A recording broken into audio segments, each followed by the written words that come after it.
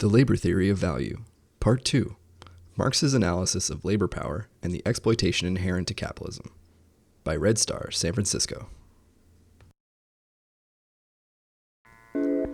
Under capitalism, with its emphasis on freedom and individuality, people are considered owners of themselves, including their capacity or potential to work and create things. Like almost everything else in a capitalist society, capacity to work becomes a commodity, but one that is sold only for a specific amount of time. If it were permanently sold, the worker would become a slave and lose all freedom. Marx had a specific term for the capacity to work: labor power. He pointed out that it can be bought and sold on the market like any other commodity. He was the first political economist to identify labor power as a commodity and show how it allows us to understand the origin of surplus value, which Marx argued is the basis of all profit. The concept of labor power enables us to understand why capitalism is inherently exploitative. But what determines the value of this labor power? Why do some workers get paid more for their labor power at the end of the day's work than other workers? The answer can be found the same way that value is determined for any other commodity. It is determined by the socially necessary labor time required to produce it. In order to be able to get up and have the energy to work, people must have certain needs fulfilled: sleep, food and water, and clothes and shelter to protect them from the elements and maintain their health. With these most basic needs satisfied, people can generally perform at least menial labor. All these needs imply that a certain amount of labor must be expended in order for people to be in a position to work. The labor time required to fulfill all these basic needs each day constitutes the value of the worker's labor power for that day. Some needs, such as food and water, must be satisfied as a rule every day. Other needs, such as money for housing, might only be paid once a month. If we wanted to calculate the value of the labor power for 1 year, we take the value of the food and water consumed each day and multiply it by 365. Then add the value of the month's rent multiplied by 12. And finally, add the value of the clothes, assuming they last 1 year. To calculate the value of the labor power for 1 day, the yearly value would be divided by 365. Eventually, workers get old and can no longer work. If the worker were paid just enough to survive as an individual, but not enough to have a family, then within a generation or two, the capitalist class would be out of a workforce. Therefore, the wages paid to the worker must also include the reproduction of the workforce, additional compensation for the worker to have children and support a family. However, some jobs require special training, hence the labor power to do the job requires additional labor time to produce over and above securing the bare necessities for survival. Someone must teach the worker a particular skill. Accordingly, the amount of time required to train the worker would increase the value of this worker's labor power. For this reason, the wages, the price or exchange value of the labor power, of skilled workers, all other things being equal, are higher than the wages of unskilled workers. Today, young people are prepared to go into debt to receive additional education to raise the value of their labor power. So far, we have seen that in general, commodities are exchanged on the basis of how much labor time it takes to produce them. If one commodity embodies 5 hours of labor time, then, on average, it will be exchanged for another commodity embodying 5 hours of labor time. This law is also true of labor power. When the worker approaches the capitalist intending to sell their labor power for a limited time, and if supply equals demand, then the wage paid to the worker corresponds to the value of their labor power. The question then arises, what is the source of surplus value, or what we normally think of as profit, if everyone exchanges commodities on the basis of equality? The answer lies in the unique nature of labor power. Like all commodities, labor power has a use value in addition to its exchange value. Once workers sell their labor power to the capitalists for a period of time, the capitalist will use this commodity. And the use value of labor power consists of the worker actually performing work, which means that the worker begins to create value for the capitalist. Labor power alone is the source of all value. Suppose we have a situation where $1 correlates to 1 hour of labor time, and for simplicity's sake, suppose supply and demand are exactly equal. Assume the value of a worker's labor power for one day is 5 hours of labor time, or exactly $5, meaning $5 worth of labor power was necessary for the worker to be able to show up and perform the job for a day.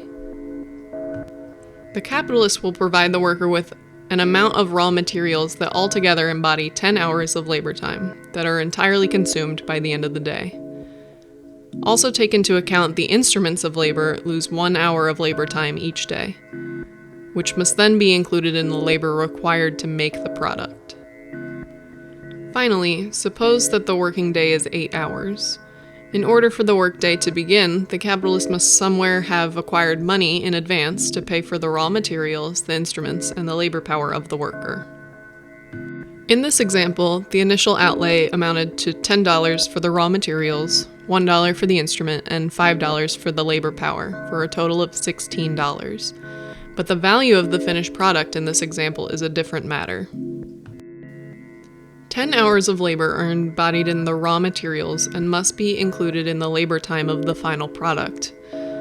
Also, the use of the instrument adds another hour of value each day. Finally, the 8 hours of work performed by the worker must be included as well. The value of the final product then amounts to 19 hours of labor time, which correlates to a price of $19. The capitalist ends the day with $3 surplus value, or profit.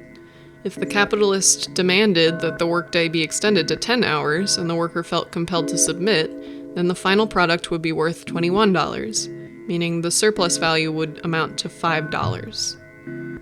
The capitalist exploits workers because the wage given to the workers represents only the value of the workers' labor power.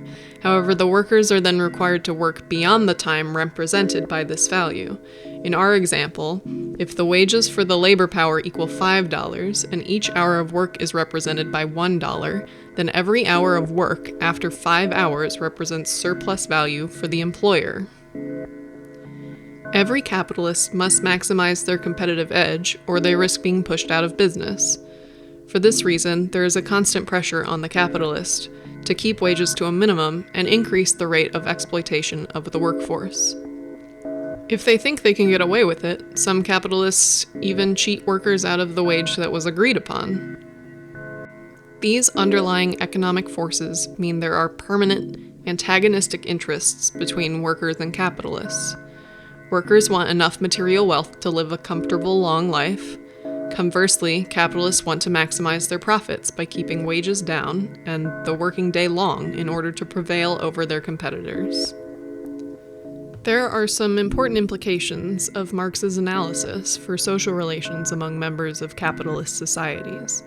For example, what he has described implies that capitalism, despite its emphasis on freedom and individuality, divides individuals into two separate classes with entirely different interests and experiences, and even different cultures. Because of this, it becomes increasingly difficult or unlikely that an individual would be able to leave their class. Under capitalism, workers are paid for the value of their labor power, meaning the amount of labor required to produce those articles the worker needs each day to survive and be able to perform work. That means each day the workers entirely spend their wages on these articles, so they are forced to return to work the next day and repeat the process. After they have consumed the means of survival, they have nothing left at the end of the day. Because they are paid only for the value of their labor power, they are forced to return again and again.